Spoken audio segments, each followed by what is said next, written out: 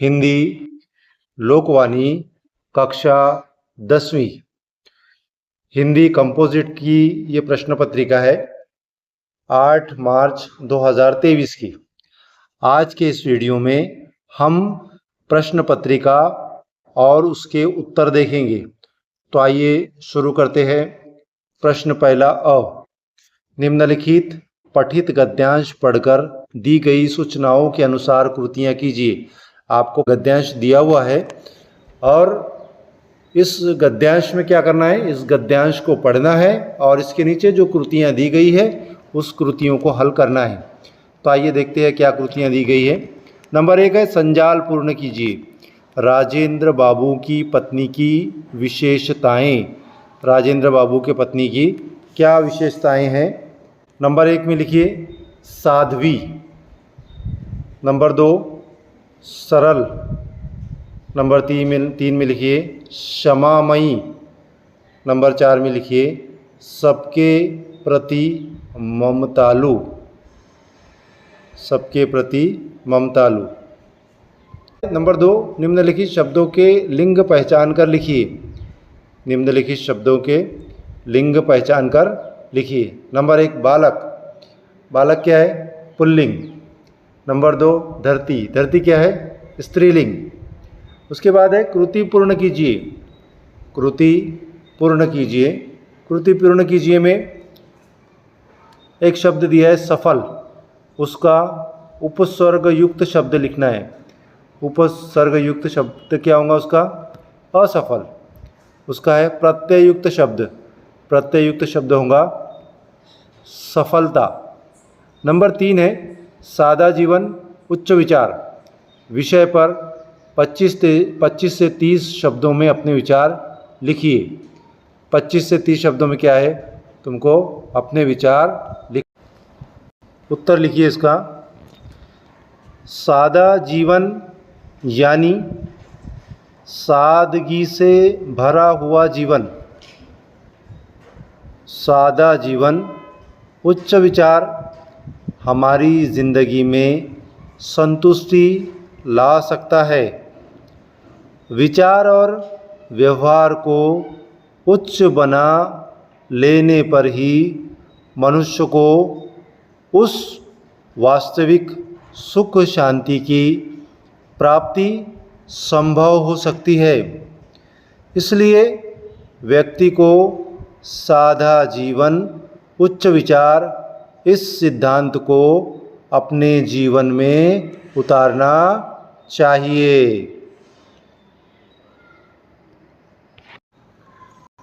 अब प्रश्न दूसरे का आ देखिए। प्रश्न पहले का आ देखिए। इसमें निम्नलिखित पठित गद्यांश पढ़कर दी गई सूचनाओं के अनुसार कृतियां कीजिए। आपको गद्यांश दिया गया है और इन गद्यांश को पढ़कर उसके नीचे जो प्रश्न पूछे गए हैं उन प्रश्नों के उत्तर आपको लिखना है। आइए देखते हैं कौन से प्रश्न पूछे गए थे। नंबर 1 था कारण लिखिए। हवा बदबू वाली होती है। हवा जो होती है हवा बदबू वाली होती है। उत्तर है इसका नंबर 1 मरे हुए पशु पक्षियों को यहाँ वहाँ डालना। नंबर 2 कारखानों से निकली गंदगी और गैसें। ये हो गया दूसरा। उसके बाद में है दूसरा प्रश्न। उसके बाद में दूसरा प्रश्न है उपर्युक्त गद्यांश से अंग्रेजी शब्द ढूंढ कर लिखिए। उपर्युक्त गद्यांश से गद्यांश में आए हुए ये जो अंग्रेजी शब्द है, नंबर 1 पे है गैसे और नंबर 2 है कंपोस्ट। ये 2 अंग्रेजी शब्द इसमें आए हुए हैं। उसके बाद दूसरे का दूसरा है गद्यांश से विलोम शब्द की जोड़ी ढूंढ कर लिखिए। गद्यांश के अंदर विलोम शब्दों की जोड़ियाँ आई हुई है उन विलोम शब्दों की जोड़ियों को आपको ढूंढकर लिखना है। विलोम शब्दों की जोड़ी लिखिए, खुशबू बदबू, खुशबू बदबू। तीसरा प्रश्न है, बढ़ते हुए प्रदूषण को रोकने के उपाय विषय पर 25 से 30 शब्दों में अपने विचार लिखिए। उत्तर लिखो। आज प्रदूषण के कारण विश्व में चारों ओर लोगों का जीना दूभर हो गया है। प्रदूषण को रोकने के लिए हमें प्राकृतिक स्रोतों का संरक्षण करना चाहिए। हमें पटाखे जलाना, कूड़ा कचरा यहाँ वहाँ नहीं फेंकना चाहिए। मानव जनसंख्या वृद्धि पर रोक लगानी चाहिए। सरकार को अवैध खनन पर रोक लगानी चाहिए। कारखानों की चिमनियों की ऊंचाई अधिक रखनी चाहिए। कारखानों से निकले हुए रासायनिक पदार्थों को तालाब, नदी या सागर में नहीं डालना चाहिए। पर्यावरण को संतुलित रखने के लिए सभी को पेड़ लगाने चाहिए। प्रश्न क्रमांक दूसरा अ है, निम्नलिखित पठित पद्यांश पढ़कर दी गई सूचनाओं के अनुसार कृतियां कीजिए। एक पद्यांश दिया हुआ है, इसको पढ़कर नीचे दिए गए प्रश्नों के उत्तर लिखना है। इसमें उचित जोड़ियां लगाइए। उचित जोड़ियां लगाना है। निर्मल, निर्मल का उत्तर लिखेंगे हम नीर। शीतल पवन। षड्ऋतु दृश्य। हरियाली मखमल। उसके बाद में दूसरा प्रश्न है, प्रथम 4 पंक्तियों का सरल अर्थ 25 से 30 शब्दों में लिखिए। तो प्रथम 4 पंक्तियों का हमको सरल अर्थ लिखना है, वो भी 25 से 30 शब्दों में। तो इसका उत्तर लिखिए। प्रस्तुत पंक्तियां मैथिली शरण गुप्त द्वारा रचित कविता मातृभूमि से ली गई है। मातृभूमि पर उपलब्ध प्राकृतिक स्रोतों से तो जल मिल रहा है, वह अमृत के समान उत्तम है। इस मातृभूमि पर बहने वाली शीतल मंद व सुगंधित पवन मनुष्य के सारे कष्टों को दूर भगाती है। वसंत, ग्रीष्म, वर्षा, शरद, हेमंत व शिशिर, इन 6 ऋतुओं के एक के बाद एक अद्भुत दृश्य देखने को मिलते हैं। मातृभूमि का धरातल हरियाली से भरा हुआ है, जो किसी रोएदार मखमल के कपड़े से कम नहीं है। ये हो गया प्रथम 4 पंक्तियों का अर्थ। अब आइए इसके बाद दूसरा वाला देखते हैं। इसके बाद जो आ वाला जो प्रश्न है, वो आ वाला प्रश्न देखते हैं। लिखित पठित पद्यांश पढ़कर दी गई सूचना के अनुसार कृतियां कीजिए। इसमें भी पद्यांश दिया हुआ है और इसके नीचे कृतियां, इसको पढ़कर हमको कृतियां करना है। आ वाला जो प्रश्न है, वो आ वाला प्रश्न देखते हैं। आ वाला प्रश्न है, निम्नलिखित पठित पद्यांश पढ़कर दी गई सूचना के अनुसार कृतियां कीजिए। इसमें भी पद्यांश दिया हुआ है और इसके नीचे कृतियां, इसको पढ़कर हमको कृतियां करना है। कवि प्रभु को आंखों में बंद करना चाहते हैं। इसका उत्तर लिखना है हमको। इसका उत्तर लिखिए। पहले में है, ना मैं किसी अन्य को देखूं। दूसरे में है, नहीं तुमको देखने दूंगी। ना मैं किसी अन्य को देखूं, नहीं तुमको देखने दूंगी। अंतिम 2 पंक्तियों का सरल अर्थ 25 से 30 शब्दों में लिखिए। अंतिम 2 पंक्तियों का सरल अर्थ लिखना है, वो भी 25 से 30 पंक्तियों में। चलो लिखो, 25 से 30 पंक्तियों में सरल अर्थ लिखो। कबीरदास जी ने इस दोहे में ईश्वर को लाल कहा है और उसकी महिमा को लाली कहकर संबोधित किया है। वे कहते हैं, मुझे मेरे ईश्वर की अद्भुत महिमा हर जगह दिखाई देती है। जब मैं उस अद्भुत महिमा को देखने गया तब मैं भी उसमें विलीन हो गया। अब इसके बाद है विभाग 3 भाषा अध्ययन व्याकरण 8 अंक। उसमें भाषा अभ्यास के प्रश्न दिए जाते हैं। नंबर 3 सूचनाओं के अनुसार कृतियां कीजिए। मानक वर्तनी के अनुसार सही शब्द छांटकर लिखिए। मानक जो वर्तनी है उसके हिसाब से सही शब्द को छांटकर लिखना है। उसके बाद नंबर दूसरा है, नंबर पहला है इकट्ठा, ये सही है इकट्ठा। उसके बाद बुद्धि, ये वाला बुद्धि सही है। उसके बाद है निम्नलिखित में से किसी एक अव्यय का अर्थपूर्ण वाक्य में प्रयोग कीजिए। आपको अव्यय दिए गए हैं और इन अव्ययों में से किसी एक अव्यय का अर्थपूर्ण वाक्य में प्रयोग करना है। नंबर 1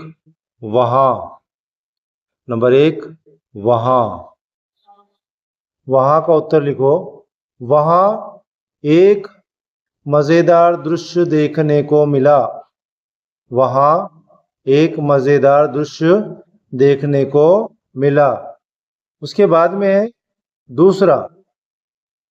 दूसरा है ओह कितनी प्यारी जगह है। उसके बाद है दूसरा ओह कितनी प्यारी जगह है। उसके बाद है कृति पूर्ण कीजिए। संधि शब्द, संधि विच्छेद, संधि भेद। पहला वाला है दुर्लभ, दो दिए हुए हैं।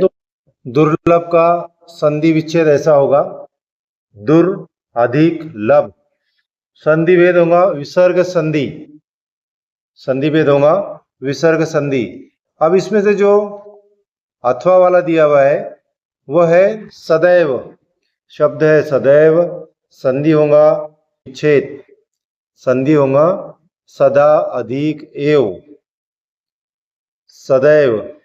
और संधि के भेद में होगा स्वर संधि, संधि के भेद में क्या होगा स्वर संधि। इसके बाद है अगला प्रश्न,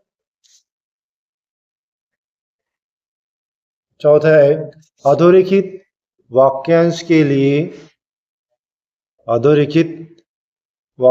के लिए उचित मुहावरे का चयन करके वाक्य फिर से लिखिए।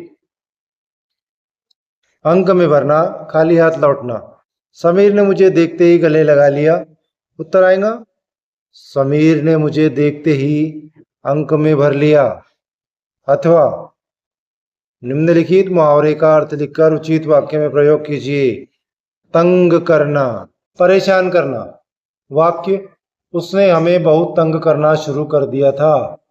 उसने हमें बहुत तंग करना शुरू कर दिया था। उसके बाद है काल भेद पहचानना तथा काल परिवर्तन। निम्नलिखित वाक्य का काल भेद पहचानिए। बचपन में मैंने परिजनों की, बुजुर्गों की सेवा की। उसके बाद में उसी हिसाब से काल को परिवर्तन करना है। मुझे देखते ही चाय हाजिर करता है, इसको पूर्ण वर्तमान काल बनाना है।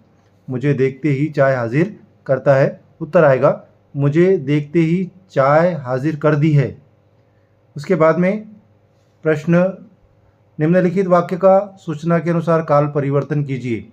सामान्य भूतकाल, मुझे अभिवादन का ध्यान आता है, इसका आपको सामान्य भूतकाल बनाना है। सामान्य भूतकाल बनेगा उत्तर मुझे अभिवादन का ध्यान आया।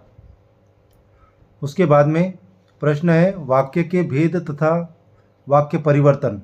वाक्य के भेद लिखो या वाक्य को परिवर्तन करो, 2 नंबर का पूछा जाता है। निम्नलिखित वाक्य का रचना के आधार पर भेद पहचान कर लिखिए। भेद पहचान कर आपको लिखना है। यदि कौन सा भेद है तो रचना के आधार पर है। यदि भगवान ने चाहा तो सेठानी 7 दिन में ठीक हो जाएगी। ये मिश्र वाक्य है। उसके बाद में निम्नलिखित वाक्य का अर्थ के आधार पर दी गई सूचना के अनुसार परिवर्तन कीजिए। ताजगी महसूस होती है, निषेधार्थक वाक्य बनाना है। क्या बनाना है आपको? निषेधार्थक वाक्य बनाना है। वाक्य बनेगा ताजगी महसूस नहीं होती है, निषेधार्थक वाक्य। उसके बाद है विभाग 4 रचना विभाग उपयोजित लेखन। 12 नंबर के लिए पूछा जाता है। सूचना के अनुसार लिखिए। नंबर 1 पहला क्वेश्चन नंबर 4 का पहला होता है पत्र लेखन। इसमें 2 पत्र दिए जाते हैं, दोनों में से कोई एक लिखना होता है। इसके लिए हमको 4 मार्क दिए जाते हैं। पहला है निम्नलिखित जानकारी के आधार पर पत्र लेखन कीजिए।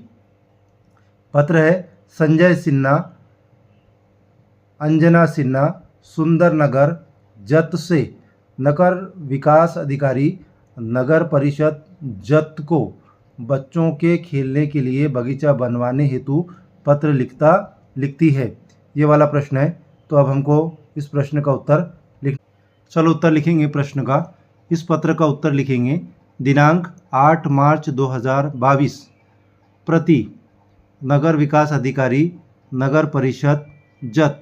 महोदय, मैं अजय सिन्हा, सुंदर नगर जत का निवासी, आपका ध्यान इस पत्र के माध्यम से आपको एक महत्वपूर्ण सुझाव देना चाहता हूँ। जत एक सुंदर और सकुशल नगर है। महोदय, आपको ये जानकर आश्चर्य होगा कि हमारे क्षेत्र में बच्चों को खेलने के लिए एक भी बगीचा नहीं है जिसमें जाकर वो खेल सके। बगीचे की अभाव में बच्चों को रोड पर खेलना पड़ता है, जिससे दुर्घटना होने की अत्यधिक संभावना है। माता पिता हर समय अपने बच्चों को खेलने भेजने में डरते हैं। मैं आपसे विनम्र अनुरोध करता हूं कि नगर परिषद के द्वारा नगर में एक बगीचा बनवाने का प्रयास किया जाए, जो हमारे बच्चों के लिए आकर्षक और सुरक्षित खेलने का स्थान बना सके। यह बगीचा बच्चों को खेलने, मित्रता को बढ़ाने और उनकी शारीरिक विकास को प्रोत्साहित करने का एक महत्वपूर्ण साधन होगा। मैं आपकी अधिकृत संपर्क का इंतज़ार करता हूं और आशा करता हूं कि आप मेरे सुझाव के बारे में सोचेंगे। धन्यवाद। भवदीय अजय सिन्हा। अब भवदीय के बाद में अजय सिन्हा के बाद में क्या करना है हमको? उसके बाद में देखिए, अथवा में चेतन सोनवने आज़ाद नगर चिखली से अपनी सहेली मित्र फरहान शेख तिलक नगर रायपुर को बहन की शादी में आमंत्रित करने के लिए पत्र लिखती है।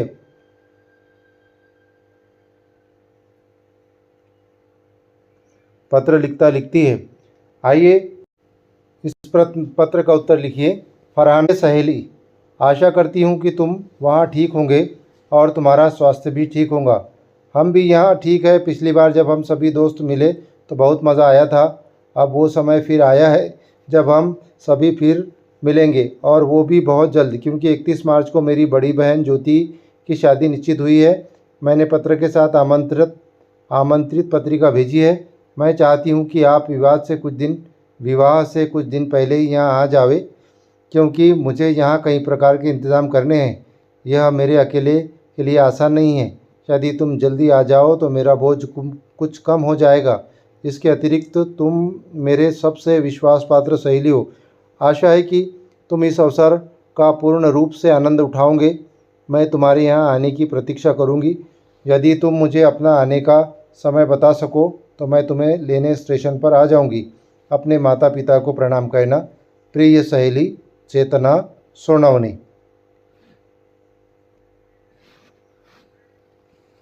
यह हो गया उसका दूसरे पत्र का उत्तर।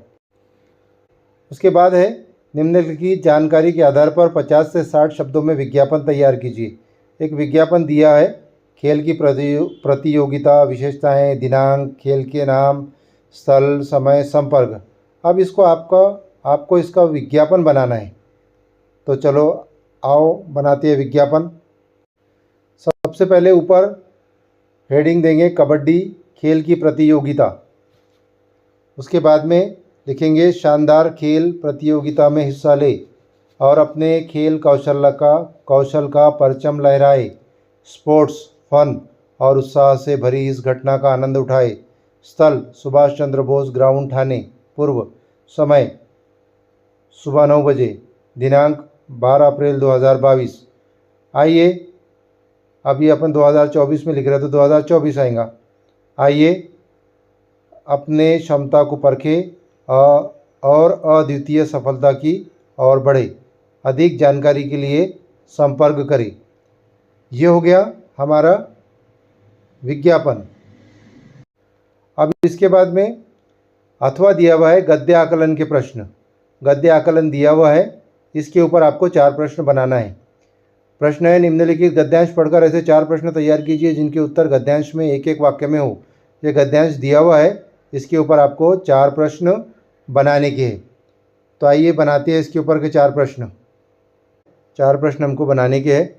प्रश्न पहला है, पिताजी ने उनके द्वारा धोती ऊपर करने का क्या कारण बताया। दूसरा प्रश्न बनेगा, पिताजी ने डंडे को किस उद्देश्य के लिए साथ रखा था। तीसरा बनेगा, पिताजी ने उनके पास जाकर क्या कहा। चौथा बनेगा, मर्द की लड़ाई कैसी लड़ाई है। ये होगा 4 प्रश्न। अब इसके बाद में निबंध लेखन। उसके बाद में निबंध लेखन है, मोबाइल शाप या वरदान। मोबाइल शाप है या वरदान है, इसके ऊपर निबंध लिखना है। आइए लिखते हैं, मोबाइल शाप या वरदान। आजकल की दुनिया मोबाइल के बगैर अधूरी है। दैनिक जीवन में मोबाइल के बिना इंसान का जीवन जैसे बिना पानी के मछली। मोबाइल संचार सुविधा का एक महत्वपूर्ण साधन है। पहले तार से जुड़े हुए फ़ोन या दूरभाष का प्रचलन हुआ, फिर मोबाइल फ़ोन का जिस तेज़ी से प्रसार हुआ वह संचार साधन के क्षेत्र में चमत्कारी घटना है। पहले लोग एक दूसरे से बात करने के लिए या तो खुद मिलने जाते थे या फिर पत्र लिखते थे, जिसमें बहुत टाइम लगता था। लेकिन मोबाइल फ़ोन आने के बाद चंद मिनटों में दुनिया के किसी भी कोने में बैठे आदमी से बातचीत कर सकता है। मोबाइल फ़ोन आज के जीवन का अभिन्न अंग बन गया है। आज तो सबके दिन की शुरुआत भी मोबाइल फ़ोन से होती है और अंत भी। मोबाइल फ़ोन से मानो पूरे विश्व की दूरियां समाप्त हो गई। पहले मोबाइल से बातचीत होती थी, अब मोबाइल फ़ोन में कंप्यूटर की भी सारी सुविधाएं उपलब्ध है। कैमरा, घड़ी जैसी रोज़मर्रा की ज़रूरतें भी इससे पूरी होने लगी। ट्रेन, हवाई जहाज़ और बस आदि का आरक्षण भी इससे घर बैठे संभव हो गया है। अब तो मोबाइल की उपलब्धता दिन पर दिन बढ़ते जा रही है। नियमित उपयोग होने वाली वस्तुओं की खरीदी भी और पेमेंट भी मोबाइल द्वारा कर सकते हैं। प्रत्येक वस्तु के अच्छे व बुरे 2 पक्ष होते हैं। मोबाइल फ़ोन से भी अनेक हानियां हैं। वैज्ञानिक शोधों के अनुसार मोबाइल से बात करते समय रेडियो किरणें निकलती है जो व्यक्ति के स्वास्थ्य के लिए बहुत ही हानिकारक होती है। इसे लगातार सुनने से कान कमज़ोर हो जाते हैं, मस्तिष्क में चिड़चिड़ापन आ जाता है। रात को मोबाइल अपने सिरहाने के पास रखकर नहीं सोना चाहिए, इससे कैंसर इत्यादि गंभीर परिणाम भुगतना पड़ सकता है। देर रात तक मोबाइल के इस्तेमाल से नींद कम हो जाती है। छात्रों को मोबाइल गेमिंग की बुरी लत पड़ने से उन पर दूरगामी दुष्प्रभाव पड़ता है। दुष्ट लोगों के साथ अश्लील संदेश भेजना, अपराधी प्रवृत्ति को बढ़ावा देना तथा अनचाही सूचना भेजना इत्यादि से मोबाइल का दुरुपयोग किया जाता है, जिससे समाज में अपराध बढ़ रहे हैं, साथ ही अपव्यय भी बढ़ रहा है। कहने का तात्पर्य यह है कि मोबाइल एक ज़रूरी संचार साधन है जिसका सूझबूझ के साथ उपयोग करने में ही हमारी भलाई है। यह आपके जीवन को सरल और संगठित बनाने का माध्यम बन गया है या फिर एक अभिशाप बन गया है, यह बिल्कुल आप पर निर्भर करता है। ये 2 निबंध दिए गए थे, उसमें से हमने एक निबंध देखे। आइए अभी दूसरा निबंध देखते हैं। दूसरा निबंध है, यदि मैं पक्षी होता। 2 में से कोई एक निबंध आपको लिखना है। आइए देखते हैं, यदि मैं पक्षी होता। यदि मैं पक्षी होता, जब मैं आसमान की तरफ देखता हूँ,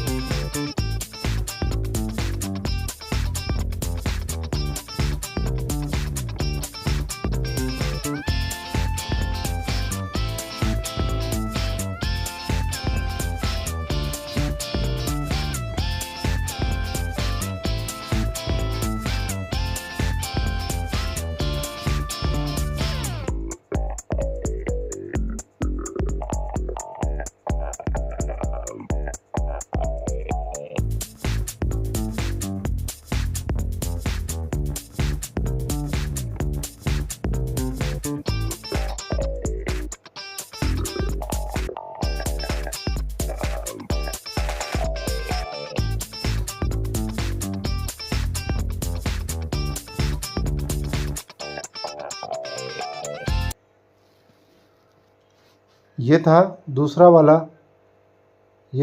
वाला निबंध जिसका उत्तर अभी आपने देखे। मेरे प्रिय छात्रों, मैंने ये पेपर 2023 का है, इसका वीडियो बनाया है। अगर आपको ये वीडियो अच्छा लगे तो कमेंट्स में बताइए।